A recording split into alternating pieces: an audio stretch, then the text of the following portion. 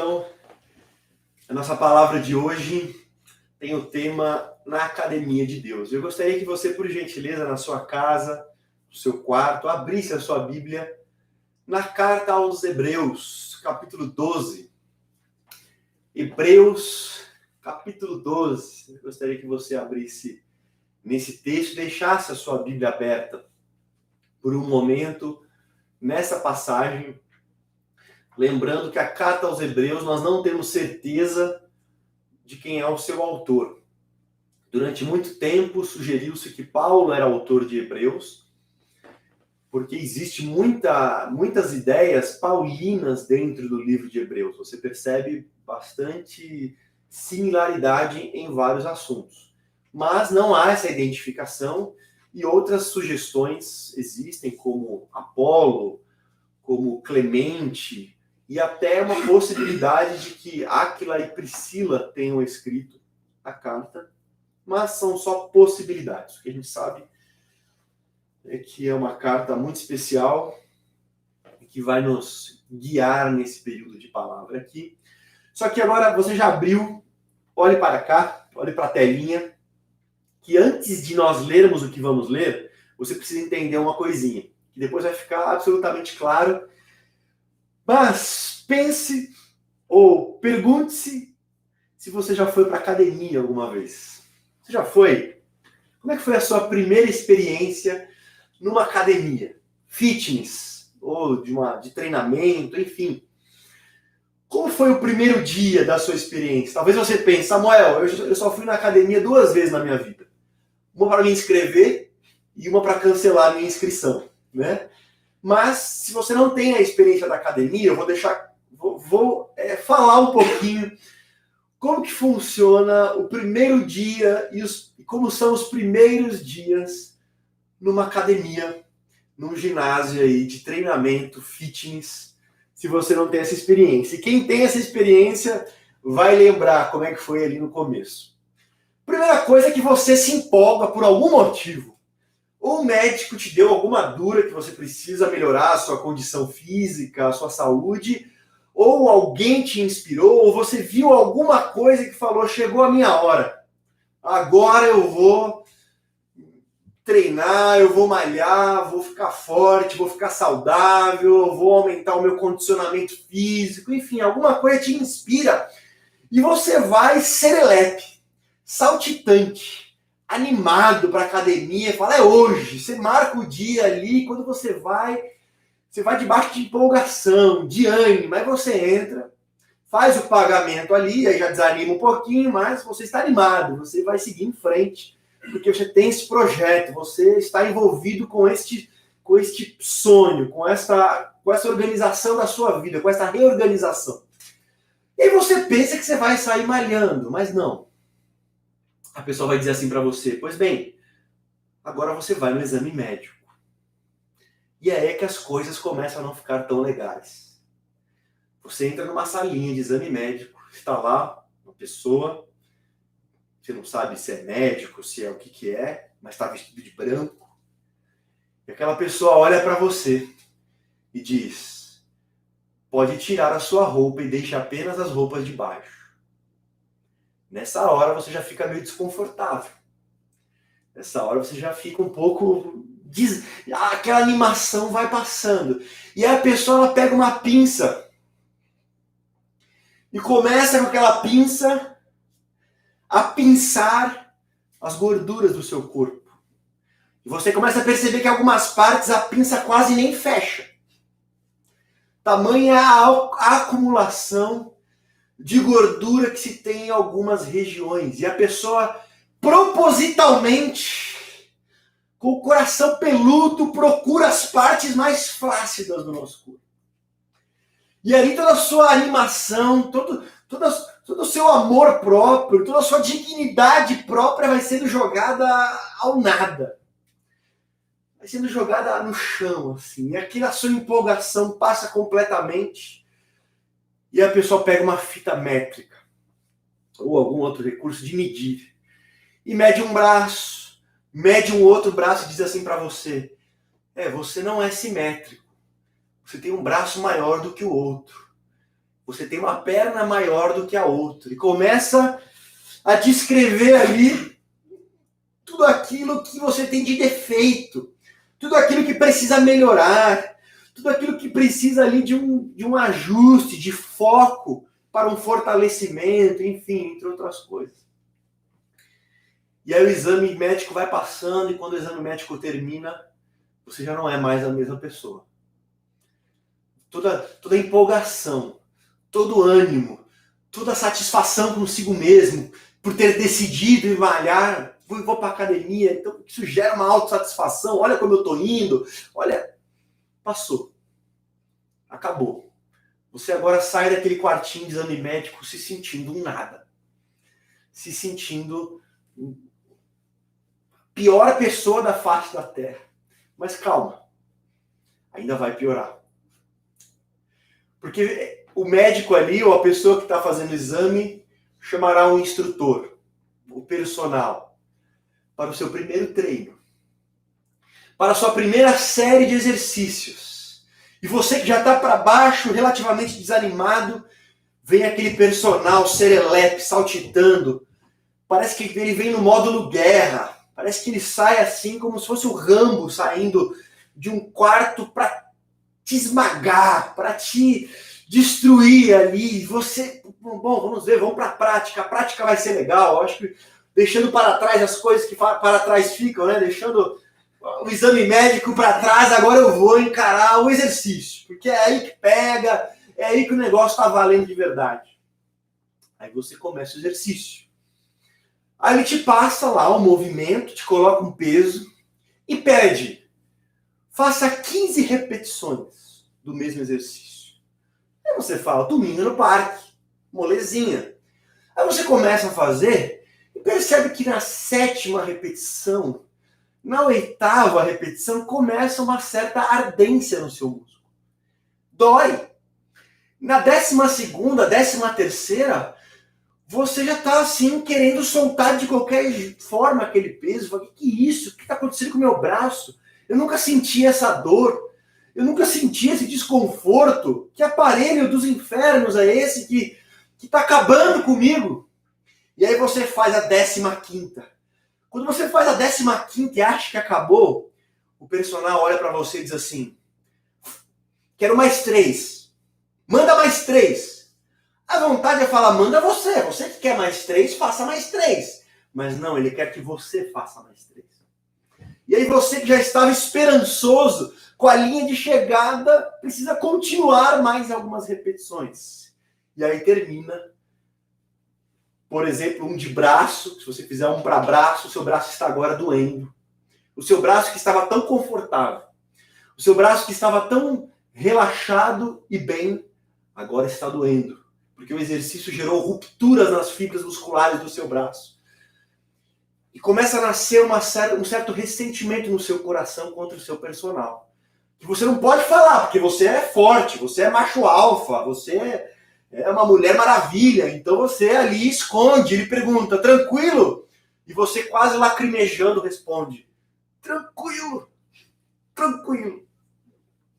Aí ele diz, que bom, porque serão 4 repetições. Aí o ódio do seu coração aumenta. E você começa a se perguntar, o que eu estou fazendo aqui? Eu saí da minha casa, eu paguei para ser humilhado por um médico e para ser esculachado por um personal. E aí você faz as 4 repetições.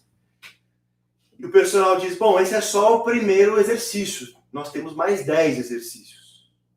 Aí o seu coração fica tentado a praticar um homicídio nessa hora. E executar aquele personal, aquele ser humano que do nada surgiu na sua vida como um instrumento de dor. Como um instrumento de uma situação desconfortável. Ele é um instrumento de desconforto na sua vida. E aí você segue. Aí você tem a esperança de que sempre o último exercício é o último, mas ele olha para você e diz, 1 hora de treino. E nós vamos completar a 1 hora. Aí a gente esperneia, a gente fica reclamando e tal, mas no final das contas, nós vamos treinar 1 hora. E aí termina o seu treino, Você está alguém que parece um gripado saindo da guerra. Todo suado, fedorento, doendo tudo, a perna bamba, os braços bambos, toda a musculatura doída. E você vai para sua casa, entra debaixo do chuveiro. E quando você liga o chuveiro, aquela água cai sobre você. E começa a gerar aquele alívio. Você pensa, o que eu tinha na cabeça a hora que eu fui para a academia? É a pior coisa que eu fiz na minha vida. Eu fui humilhado numa sala, eu fui esmagado na outra. E aí passa aquele momento. E você tem duas opções agora, continuar ou não. Normalmente as pessoas continuam, porque elas têm uma esperança, uma expectativa do que vai acontecer. Só que no dia seguinte, elas descobrem que aquele treino que elas fizeram no dia anterior ainda não acabou. Porque fica dolorido. Acorda, a pessoa quer acordar rápido e sair da cama e percebe que, ai, minha perna, ai, meu braço, ai. Principalmente porque um bom instrutor vai trabalhar principalmente na parte em que somos mais fracos. Eu me lembro até hoje, um treino de panturrilha que eu fiz na academia. E não fiz na academia, fiz até em casa, aqueles treinos que você faz pela internet, né? E aí eu não costumava fazer panturrilha, e ela falou, agora eu vou fazer um treino de panturrilha, que era a minha parte mais fraca. E a professora lá, uma moça, fez lá o treino de panturrilha, eu fui seguindo, fui fazendo, tá, que fácil, tá, vou fazer até mais. No dia seguinte, quando eu acordei, eu não conseguia colocar meus pés no chão. E muitas pessoas da igreja testemunharam esse momento, porque eu fiquei 4 dias andando na ponta do pé. Eu não conseguia colocar o pé inteiro, porque colocar o pé inteiro eu precisava esticar a panturrilha. E eu não conseguia, eu tinha que manter ela na pontinha do pé. Então eu andava mancando mesmo, assim, tipo, totalmente assim. E no dia seguinte eu tinha um almoço com o nosso irmão Newton, que já está com o Senhor, que o Senhor o tomou para si em setembro do ano passado.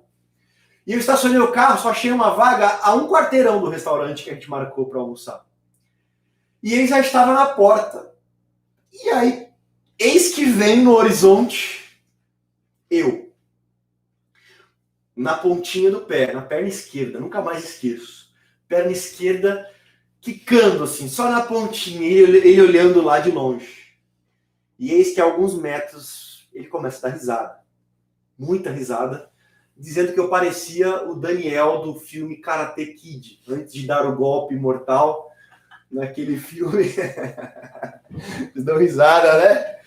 Ele falou, meu, vai me dar uma voadora quando aparecer o Daniel do Karate Kid? Pois é isso que acontece. Claro que eu exagerei também, mas de forma geral, a academia ela nos deixa dolorido para o próximo dia. Se tiver dúvidas, pergunte para a Marília, e para a Priscila e para o pessoal aí bem fitness. Mas normalmente as coisas continuam. E você amanhã tem mais, e você vai se adaptando, o seu corpo vai se adaptando a essa realidade. Mas depois de um tempo, você percebe que algumas calças que você não conseguia mais usar, agora dá. Agora cabe. Suas medidas melhoraram. Você percebe que rígida te ajuda a manter uma postura melhor. Seu condicionamento físico fica melhor. Talvez você que subia uma escada e já... vou morrer, vou subir, vou morrer, vou subir. De repente consegue subir, consegue correr, consegue se movimentar sem ficar tão cansado e tão prostrado depois. Aí você vai no médico e os seus exames melhoram. Você percebe ali que alguns índices do seu exame melhoraram depois que você se envolveu com essa atividade. Sua disposição melhorou. Você ganha assim um brilho, é claro que isso é científico, de substâncias químicas que te fazem dormir melhor, que te fazem viver melhor, estudar melhor, trabalhar melhor. E você começa a somar tudo isso e conclui que no pain, no gain. Sem dor, sem ganho. mas que por meio da dor você está alcançando muitos ganhos para a sua saúde, para a sua estética, para o seu condicionamento, para os seus resultados, para a sua qualidade de vida de uma forma total. Total e abrangente. E que aquelas frases que a gente ouve, dolorido hoje, forte amanhã. Ou, a dor é o sedentarismo abandonando o seu corpo. Você percebe que essas frases, elas têm muita verdade. Que elas fazem muito sentido. Então, dentro desse contexto todo que nós falamos até agora, Samuel, eu vim para ouvir você pregar a palavra, não para você ser um coach fitness de alguma coisa. Então, mas calme, tenha paciência. Agora nós vamos ler a palavra em Hebreus, no capítulo 12, no versículo 11. E veja se não faz mais sentido e as coisas ficam mais fáceis. Hebreus, capítulo 12, versículo 11, diz assim: nenhuma disciplina parece ser motivo de alegria no momento, mas sim de tristeza. Mais tarde, porém, produz fruto de justiça e paz para aqueles que por ela foram exercitados. Essa palavrinha exercitados que Paulo está usando é a palavrinha para ginásio. É a palavrinha para academia. Sinônimo, né? A palavra é para ginásio, mas tem esse correspondente. O que Paulo está dizendo é que nós detestamos uma academia. Claro que quando você junta tudo, o resultado, mas no momento que você está sentindo a dor, que você está sentindo o cansaço, que você está sentindo a sequência e a avaliação, dizendo que você precisa melhorar aqui, que você está fraco aqui, que esse lado é maior que esse, que você está cansando muito rápido, todas essas coisas não causam alegria. Elas causam tristeza. Mais tarde, porém, depois, passado o tempo devido, o resultado faz valer a pena por aqueles que são exercitados nesse ginásio de Deus, nessa academia de Deus. Então, quando eu vejo tudo isso, eu penso em momentos de desafios que vivemos como uma academia de Deus. Como formas de Deus expor as nossas deficiências, expor as áreas da nossa vida que estão em fraqueza, que estão assimétricas, que precisam ser fortalecidas, precisam de um trabalho específico naquela situação, naquela área, para cobrirmos brechas da nossa vida que estão mais vulneráveis, que estão mais fracas. Ao mesmo tempo que nos melhoram em todas as coisas. Então, nós sempre passamos por momentos difíceis na expectativa de quando ele vai acabar. Ele precisa acabar, quando vai acabar, precisa terminar, e muitas vezes nós não nos exercitamos, usando aqui a linguagem de Paulo, nós não nos exercitamos devidamente neste ginásio, nesta academia de Deus, que traria para nós o fortalecimento para áreas enfraquecidas. O fortalecimento para a realidade do nosso ser, da nossa personalidade, das nossas emoções, dos nossos relacionamentos, que precisam de retoques, precisam de um trabalhar específico, e estes são momentos específicos para isso. Então, em todos os momentos da nossa vida que vivemos, quando passamos por tempos que são desafiadores, a nossa pergunta é: que área da minha vida pode este tempo fortalecer? Não vai ser fácil. Vai doer. Paulo diz que vai causar tristeza até. Mas, porém, mais tarde, haverá um fruto de tudo isso que fará valer a pena tudo aquilo que passamos. E é isso que Paulo está dizendo. E é por isso que Paulo continuamente costuma dizer, a gente fala, puxa vida, Paulo tá meio maluco, né? Ah, eu vou me alegrar nas minhas tribulações. Eu terei um bom ânimo nas minhas tribulações. Eu vou me celebrar nas minhas tribulações. A primeira ideia que pode parecer, Paulo gosta de sofrer. Paulo tem prazer no sofrimento em si. Mas não, a ideia de Paulo é que ele não está olhando o sofrimento em si, a luta em si. O que ele está olhando é o que aquele sofrimento, aquela tribulação, aquela adversidade há de produzir na vida dele. E não haverá fortalecimento para as nossas vidas e para as áreas mais vulneráveis da nossa vida se nós não enfrentarmos momentos difíceis, sejam eles quais forem, como um cristão numa academia. Como uma pessoa na academia. É horrível receber um diagnóstico do nosso sedentarismo. É ruim ser medido e perceber o acúmulo de gordura, perceber a assimetria nas medidas. É ruim no exercício querer soltar aquele peso e ter que fazer mais repetições e tudo aquilo. É péssimo. Mas tudo isso está construindo na pessoa um corpo mais forte, uma saúde mais forte. Assim também os tempos difíceis, os tempos das más notícias, as adversidades funcionam para nós como uma academia.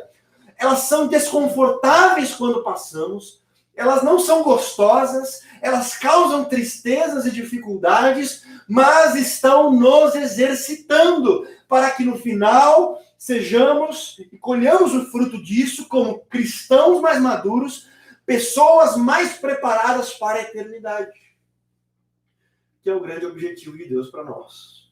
E é por isso que a Bíblia diz, Deus está trabalhando em todas as coisas para o bem daqueles que o amam. Então, nesses momentos e nessas circunstâncias, Deus está trabalhando para nos fortalecer. É aquilo que nós já falamos na quarta-feira, no nosso estudo, quando Paulo fala que ele está celebrando as suas tribulações. Mas por quê? Porque a tribulação gera perseverança, a perseverança um bom caráter, a esperança, e isso ele vai colocando os frutos que ele recebe. Ou seja, o resultado da sua academia. Os frutos da sua academia. E por isso seria muito importante, depois se você quiser ler o capítulo 12, você vai perceber que Paulo está falando que Deus faz isso com os filhos. Esse moldar de Deus por meio de circunstâncias difíceis é para os filhos. Assim como você que está me assistindo é pai e mãe, você disciplina e educa o seu filho. Você vê às vezes o filho de outra pessoa fazendo alguma coisa, você fala, bom, não é meu filho, então eu não vou nem dar pitaco, não vou nem me envolver. Mas quando é o seu filho, você, peraí, não, preciso educar. O que Paulo diz é, Deus faz isso conosco, Deus permite esses tempos, estabelece esses tempos sobre a nossa vida, porque Ele é nosso Pai, nós somos seus filhos. E a Bíblia também diz que Deus conhece os nossos limites. Ele é o nosso instrutor, Ele é o nosso personal, que sabe a hora que não dá mais. A palavra de Deus diz, não veio sobre nós tentação, senão tentações que nós somos capazes de suportar, e Deus é fiel de nos dar sempre o escape de que nós podemos permanecer de pé e sairmos aprovados desses momentos, olhando como se fosse uma academia. Agora, Paulo, no capítulo 12 de Hebreus, ele destaca algumas reações que impedem as nossas vidas de aproveitar estes momentos. De estar aí na academia, no tempo da disciplina ali, e ao mesmo tempo não tiraram nada de bom disso. Você provavelmente conhece pessoas que vivem na academia e simplesmente não mudam nada. Por quê? Porque elas não estão aí realmente comprometidas com o que está acontecendo. Mas Paulo vai falar de algumas coisas que, se nós fizermos, vai atrapalhar o nosso processo. A primeira delas, no versículo 5, é: não desprezeis.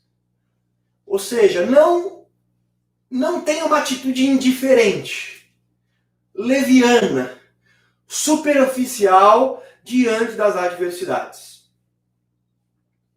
O que é ser indiferente? É não perceber que há momentos que nós passamos que são difíceis e precisam ser encarados como momentos difíceis. momentos difíceis. E toda coisinha de, é besteira, é bobagem, isso não é nada, blá, blá, blá, blá, blá, não leva a nada. E aí você perde a oportunidade de aprender o que o momento está trazendo para o seu coração e para o meu, com atitudes superficiais, uma pseudo-coragem, como um estoico que não sente, que é inabalável nas suas emoções e que tudo que acontece não atinge em nada. Não fica triste de saber que tem gente morrendo, não fica abatido de saber que tem muita coisa difícil acontecendo.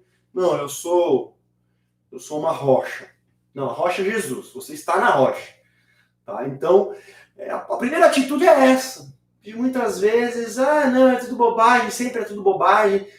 Se torna uma pessoa superficial, leviana, e uma pessoa superficial, indiferente, que despreza os momentos sérios, ela nunca é fortalecida. Vai ser sempre a mesma pessoa.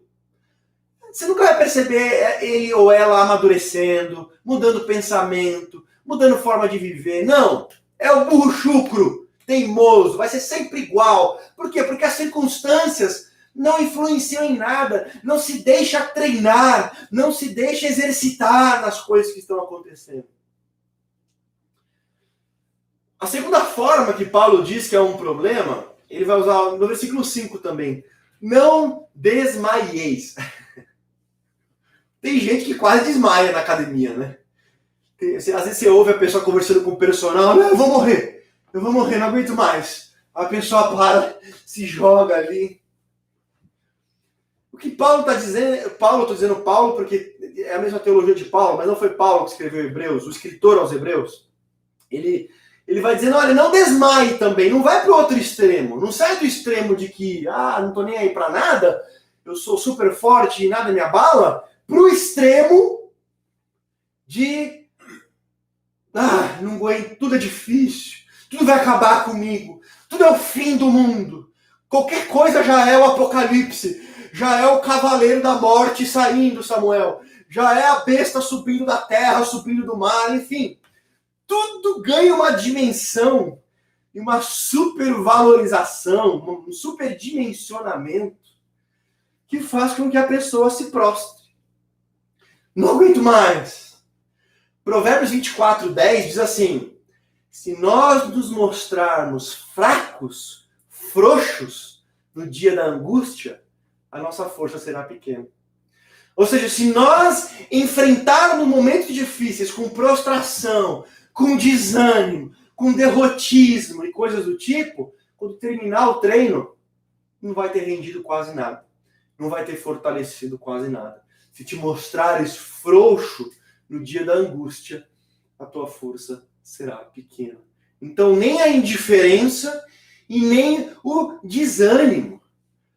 A questão do coronavírus que nós estamos vivendo é um desafio, irmãos, mas tem pessoas que estão supervalorizando e superestimando num nível de pânico e histeria.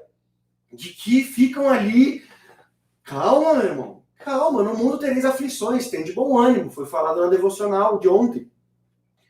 Tem de bom ânimo, as lutas virão, os momentos difíceis eles existem, mas o jeito de enfrentá-la é com bom ânimo. Não é um bom ânimo cego, não é um bom ânimo tolo, mas é um bom ânimo que sabe que estamos na academia de Deus e que Deus está nos treinando para nos curar, para nos fortalecer. O próprio versículo 12 do capítulo 12 de Romanos diz assim: portanto, fortaleçam as mãos enfraquecidas e os joelhos vacilantes.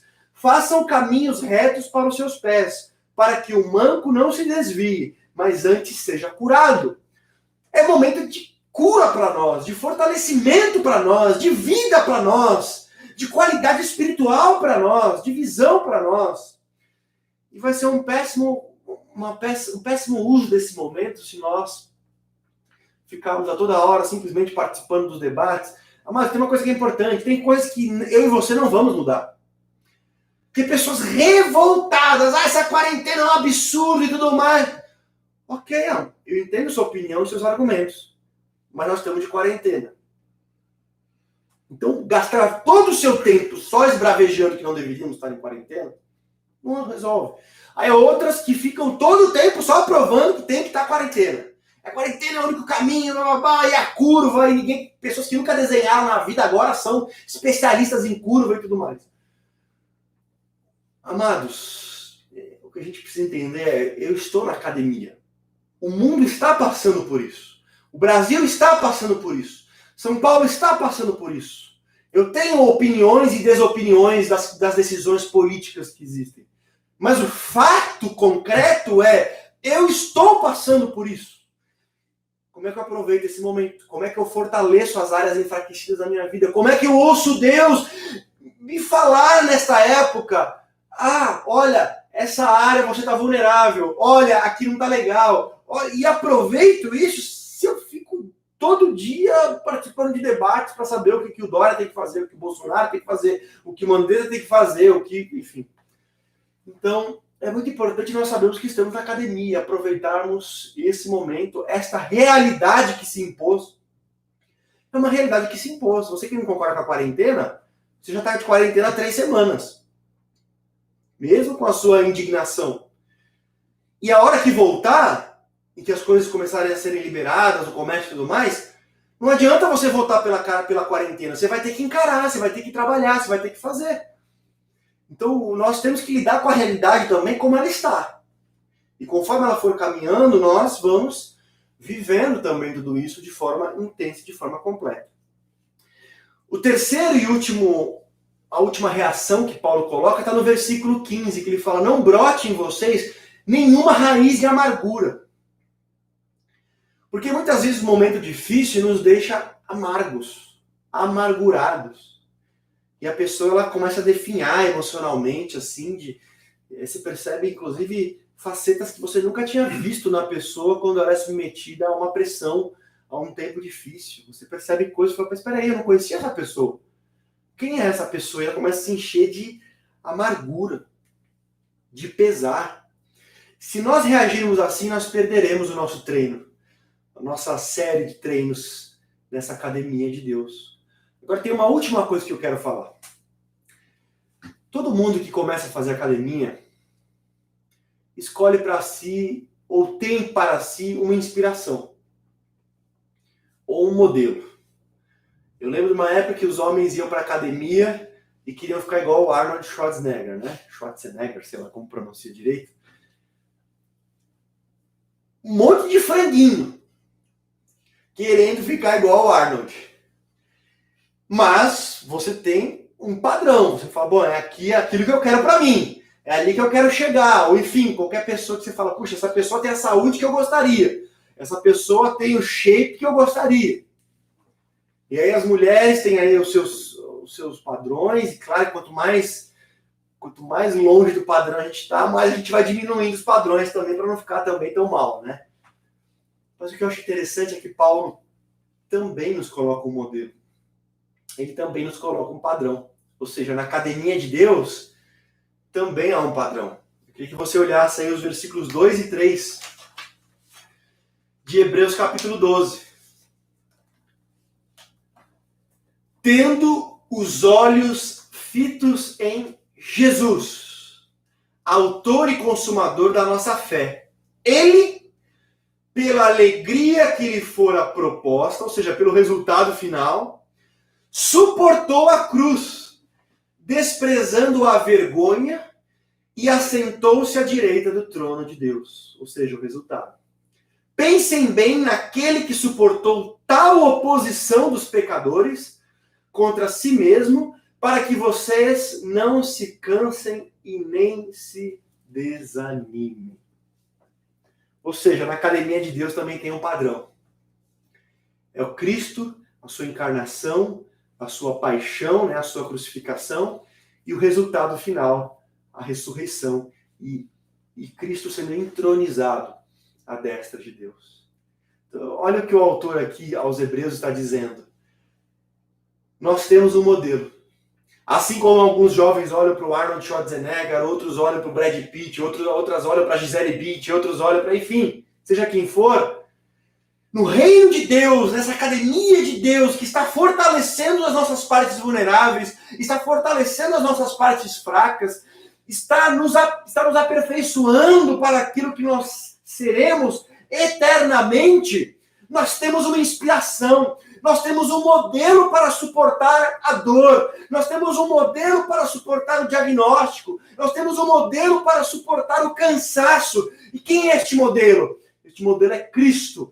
Cristo que abriu mão da sua glória, se fez homem, suportou todas as dores da humanidade, passou sede, passou frio e calor, passou fome também, tudo aquilo que faz parte da experiência da debilidade humana, foi obediente até a morte de cruz, as horas na cruz, os açoites, a coroa de espinho, as humilhações, mas ele permaneceu como ovelha muda, ele foi até o final. E no final nós vimos, expressado pela ressurreição de Jesus e pela ascensão de Jesus, e o próprio Jesus aqui dizendo que valeu a pena, pela alegria que viria, pela conquista que viria.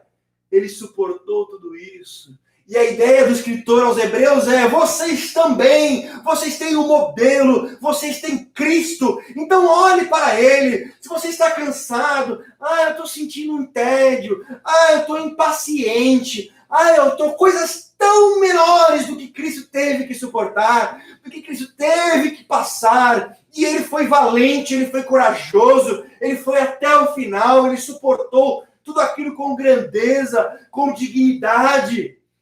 E o que o escritor está dizendo, vocês têm um padrão, vocês têm um modelo, então não abandonem o treino, não abandonem a disciplina, não abandonem a dor e o cansaço que é necessário muitas vezes para que possamos nos fortalecer, para que possamos corrigir deficiências, para que possamos nos tornar um padrão, um modelo, qual? Cristo. Cristo. Nesses dias, amados, quando você estiver assim, meio cansado, meio desanimado, reflita sobre a cruz de Cristo. Pegue os últimos capítulos dos evangelhos e leia sobre Jesus e a cruz, o sofrimento e a cruz. E coloque-se no lugar. Puxa, olha o que Jesus suportou. Olha o que ele permaneceu. E eu estou reclamando de ficar em casa um pouco mais. Mas que módulo e versão Nutella é essa? Eu estou reclamando porque eu quero ir naquele lugar e não posso ir. Eu estou reclamando porque... Olhe Cristo! Olha o que ele passou sem precisar. A gente nem tem opção. Está tudo fechado. Eu vou sair, vou no shopping. Não vai, está fechado. Cristo podia sair da cruz. Podia abandonar o treino, o processo, a conquista que ele estava conquistando na cruz. E mesmo assim ele foi até o final. O escritor diz, vocês têm um modelo, então não tirem os olhos de Cristo. Quando houver cansaço, quando houver tédio, quando houver desânimo, quando houver indiferença, quando houver... Não posso me dar o luxo de sentir essas coisas. Por quê? Porque eu tenho um padrão, eu tenho um modelo perfeito, eu tenho uma inspiração perfeita. Eu posso olhar para a cruz de Cristo e ali ver a perfeição da paciência, a perfeição da coragem, a perfeição da dignidade, e olhar para nós e dizer, eu também passarei com paciência, com dignidade, porque o que eu estou passando é infinitamente menor do que tudo aquilo que Cristo passou. E lembrar que por meio de tudo que está acontecendo, de todas as outras coisas que vão acontecer, irmão, já essa página vai ser virada, existem outras páginas da vida, e muitos que estão assistindo já passaram por páginas muito mais complicadas, muito mais difíceis. Nós precisamos, na nossa visão, olhar para tudo isso e falar, Deus está me fortalecendo, Deus está corrigindo as minhas deficiências, Deus está construindo algo grande em mim, e isso é por meio desses tempos. Então eu não vou desanimar, eu não vou ficar indiferente, eu não vou me amargurar. Não, eu vou olhar para Cristo. A forma que ele enfrentou, a forma como ele passou pela cruz, a forma como ele passou pela sua paixão ali, pelo seu sofrimento. E ali nós encontraremos a força e a inspiração para olhar para as nossas vidas e perceber que o que a gente passa é muito tranquilo. E o que a gente está passando é muito tranquilo. Que nós não devemos desperdiçar isso com esses outros caminhos de desânimo, de Não. É olhando para Cristo e seguindo em frente. E hoje nós temos a nossa ceia. Eu até deixei preparado, se vocês puderem me ajudar. Nós vamos celebrar a ceia agora. Eu acho que é um momento importante para isso, porque a gente percebe que muitas pessoas vão se desgastando e vão se cansando. E isso acontece principalmente quando nós tiramos os nossos olhos de Cristo. Quando a nossa mente e o nosso coração viajam no tempo para aquele dia de Jesus sendo crucificado, as coisas ganham uma dimensão devida. Mas quando a gente apenas caminha pela vida como se fosse a própria vida em si mesmo, as coisas são superdimensionadas. Nesses dias, pense na cruz. Pense no Jesus crucificado. É isso que o autor aos Hebreus está dizendo. Pense no Cristo crucificado. Pense nas horas. Não foram 6 minutos, foram 6 horas. Pense nessas horas. E tudo que antecedeu, desde a encarnação, tudo que ele passou, toda a rejeição, tantas coisas. Ele fala, é para Cristo que eu vou olhar. É para Cristo que eu vou olhar. Para me manter exercitado e exercitando, tendo fortalecidos os nossos membros mais fracos, as nossas partes mais vulneráveis. E é isso que nós vamos fazer agora. Na nossa ceia, nós vamos olhar para Cristo.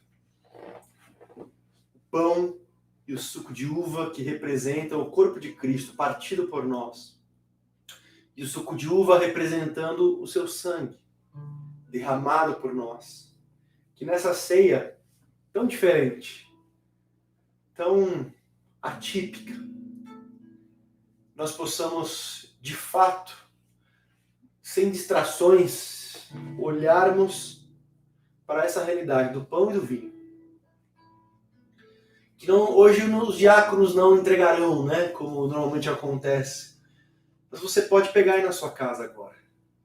Separe o pão e o vinho. Eu queria também já separar para nós aqui.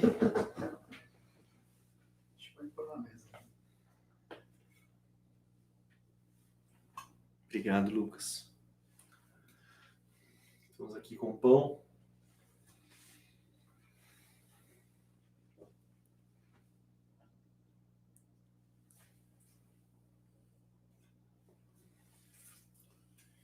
E o cálice. Separei também. Eu queria que você olhasse para esses elementos hoje e se lembrasse daquela sexta-feira.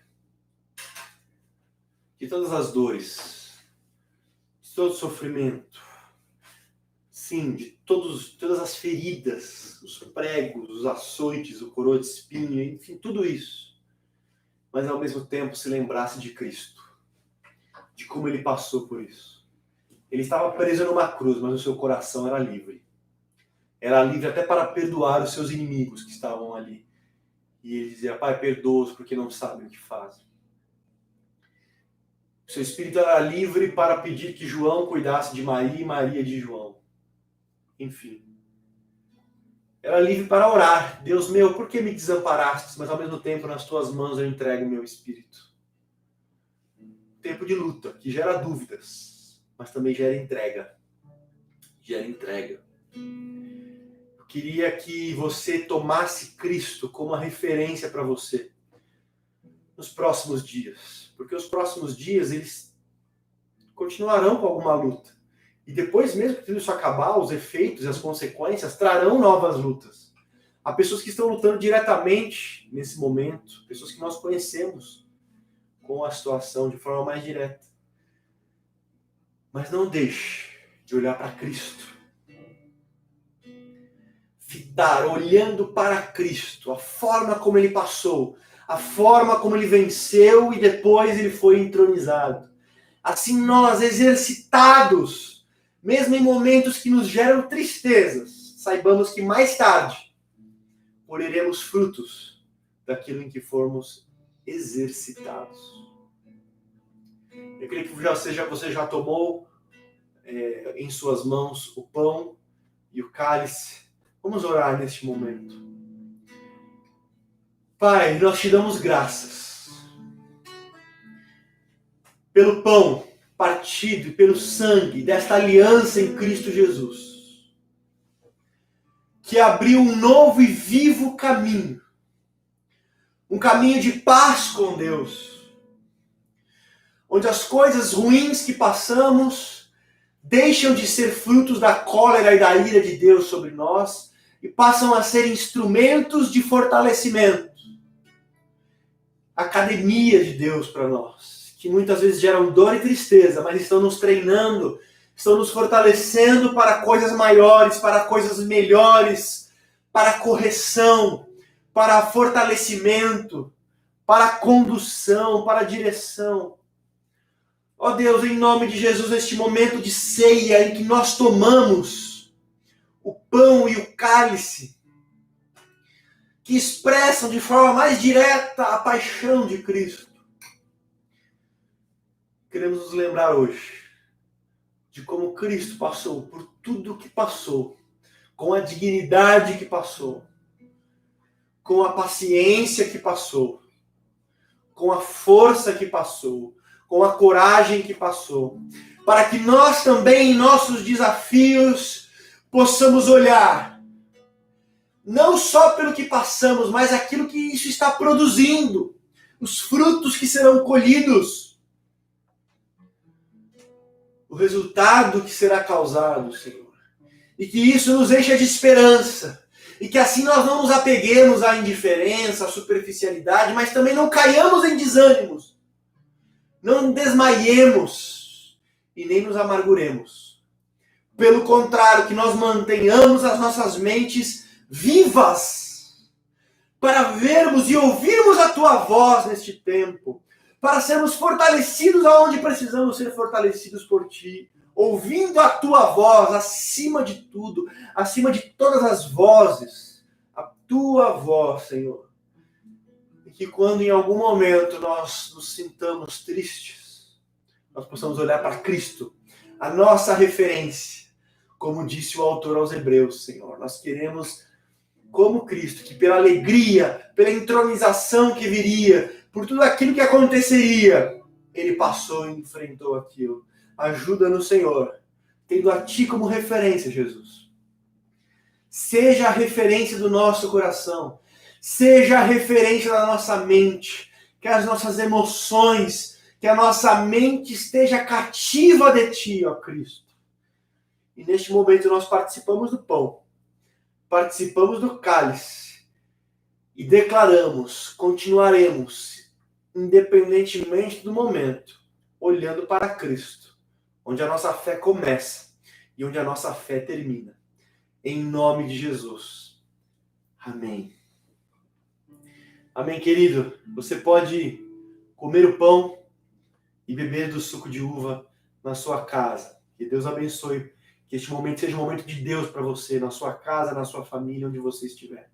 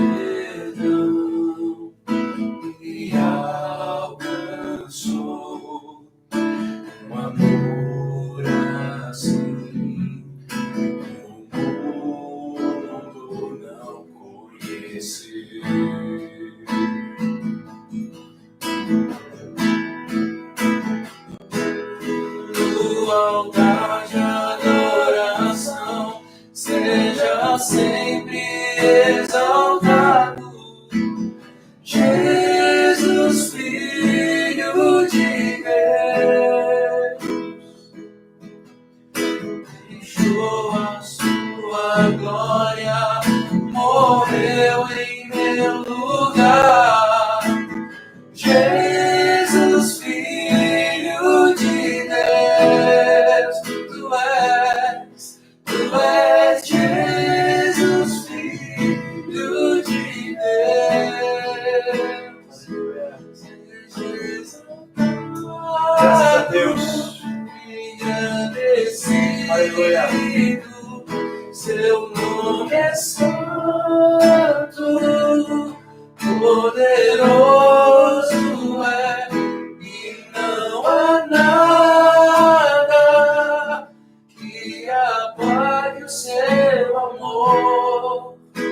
A cruz me libertou, a cruz me libertou, a cruz me libertou, a cruz me libertou.